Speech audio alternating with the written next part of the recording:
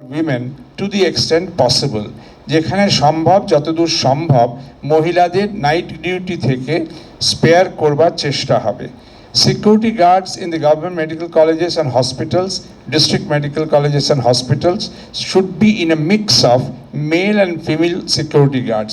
Security guard নিয়োজিত করবার সময়ও যাতে পুরুষ মহিলা অনুপাত যথাসাধ্য সমানুপাত যাতে থাকে সেই দিকে জোর দেওয়ার চেষ্টা হবে।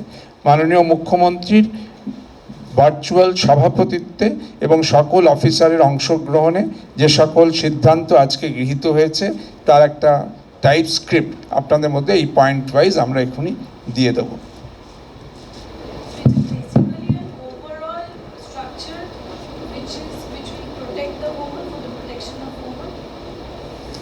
It's an overall structure, approach, and a multi-departmental flagship program to ensure that working women's welfare in these institutions get a fulcrum and specific focus.